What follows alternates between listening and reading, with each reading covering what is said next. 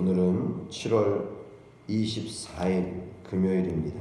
로마서 2장 12절에서 16절까지의 말씀 함께 봉독하겠습니다.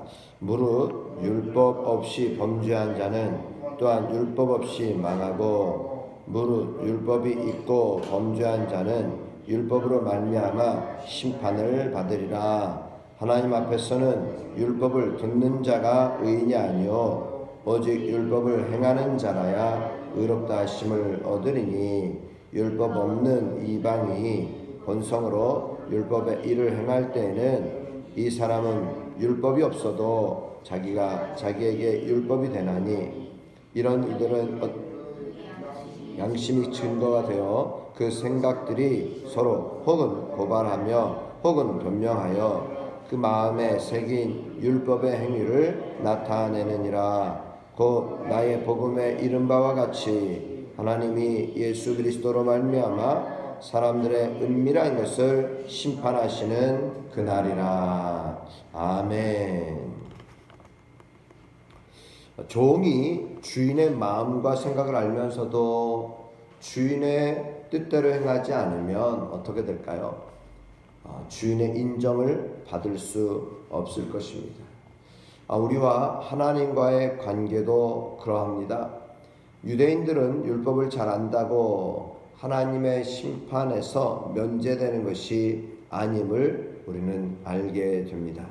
율법을 아는 것으로는 안 되고, 그렇다면 어떻게 합니까? 오직 율법대로 행해야만 하나님이 의롭다 하심을 인정하신다는 사실입니다.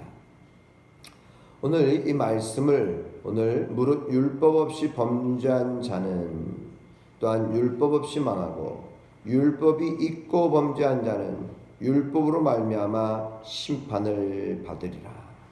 여러분, 율법이 있는, 율법을 가지고 범죄한 자는 결국 율법으로 말미암아 심판을 받는다. 오늘 저와 여러분들에게는 율법이 있는 것입니까? 없는 것입니까? 하나님의 말씀이 우리에게 있습니까? 없습니까? 오늘 우리에게는 하나님의 이 율법이 있는 유대인과 같이도 우리를 평가해 보셔야 되고, 또한 우리에게는 이방인과 같이 율법이 없는 사람으로서의 잣대도 한번 우리가 재보아야 할 것입니다. 율법 없이 범죄한 자는 율법 없이 망합니다. 범죄라고 하는 것, 죄를 범하였기에 그들은 심판을 받게 되는데, 잣대가 무엇인가 하는 거예요. 잣대. 먼저 우리가 율법이 있다라고 할 땐 율법 있는 잣대로서 우리는 심판을 받아요.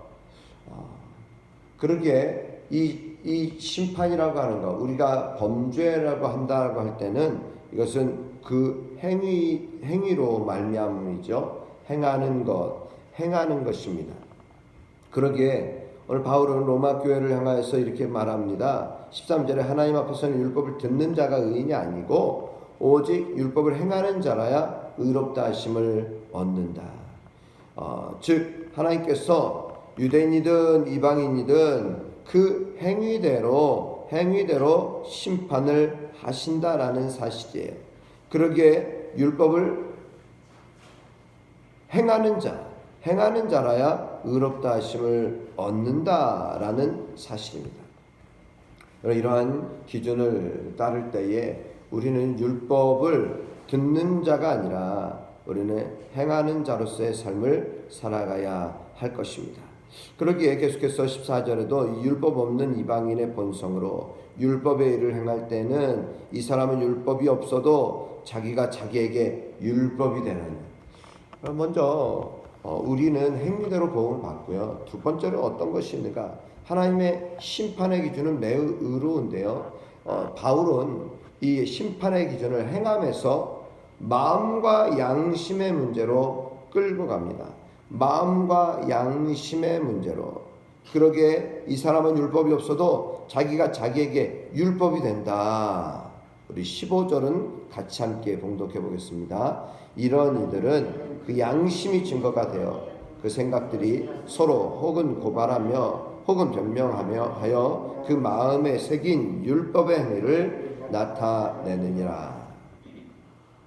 여러분, 행위에서 이제는 마음과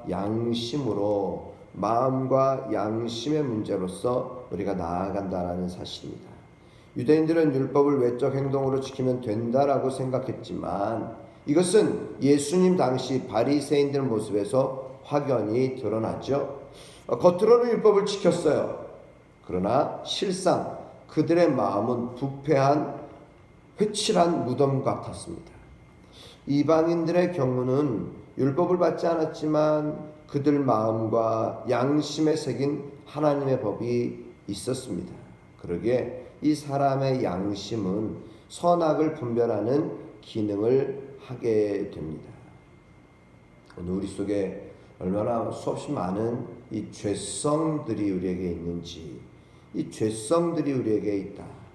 그러기에 단순히 우리의 어떤 행위는 죄를 짓지 않는다고 할지라도 우리의 마음의 동기, 마음속에서의 이 죄의 문제를 오늘 우리는 하나님은 아신다. 우리 주님께서는 은밀한 죄까지도 심판하신다라는 사실을 깨닫고 알아야 할 것입니다.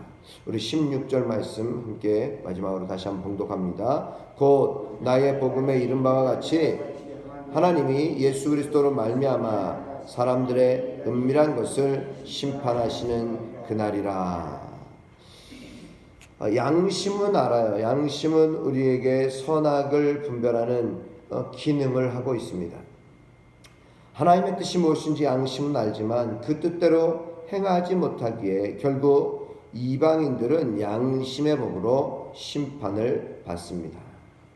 오늘 우리는 어떻게 살아야 될지, 오늘 우리의 성도들의 믿음의 삶은 하나님 보시기에 합당한 내면을 지녀야 합니다. 예수님이 심판주로 임하여서 모든 은밀한 것을 심판할 것이기 때문에 우리들은 우리의 내면을 더욱더 강건케 하고 우리의 내면을 더욱더 깨끗게 하는 그러한 믿음의 삶을 살아가시기를 주님의 이름으로 축복합니다. 여러분, 겉과 속이 다른 사람들이 참 많은 세상입니다. 오늘 우리가 어떻게 겉으로서 사람을 판단할 수 있겠습니까? 그러게 사도 바울은 끊임없이 우리에게 말씀하죠. 사람을 판단하지 마라. 사람을 정죄하지 말아라. 그 판단하는 것으로 내가 판단을 받고 그 정죄하는 것으로 네가 정죄함을 받는다. 그러기에 우리는 예수님 앞에 나 자신을 들여다보는, 나 자신을 점검하는 믿음의 삶이 되시기를 주님의 이름으로 축복합니다. 여러분, 우리에게 있는 들보는 깨닫지 못하고 형제에게 있는 티만 보고서 자꾸 그 티를 제거하라, 깨끗하게 하라 하는 것이 아니라 나 자신을 깨끗하게 할 수 있는 그런 귀한 믿음의 삶이 되시기를 축복하며 항상 나를 보고 계시는 하나님, 그 하나님이 나를 보고 계시는 것이 우리가 좀 부담스럽습니까? 아니요. 그것이 오히려 우리를 보존하고 살리고 우리를 지켜나가는 길임을 우리가 날마다 새기면서 하나님, 내 자신이 그리스도인임을 늘 드러내며 살게 하여 주시고 또 그것으로 인해서 겉모습만 우리가 그리스도인인 척하지 않게 하시고 속사람도 강건케 되는 믿음의 삶이 되게 하옵소서. 이 새벽에 우리가 기도해야 할 제목입니다. 오늘도 주 안에서 더욱더 영혼, 육이 강건할 수 있기를, 우리의 영혼이 강건함으로 인해서 우리의 육을 이겨나갈 수 있도록 주의 이름으로 축복합니다. 코로나19가 아직 계속해서 끊이지 않고 있습니다. 또 많은 비로 인하여서 우리나라도 피해가 있고 일본 또 중국에도 수없이 많은 이 비의 어려움이 있습니다. 하나님께서 우리를 지켜주시고 보호해 주시기를 소망하면서 늘 하나님, 나는 주님의 사람입니다. 주께서 지키시고 보호하여 주옵소서. 그러한 우리의 믿음이 되시기를 축복합니다. 기도드립니다.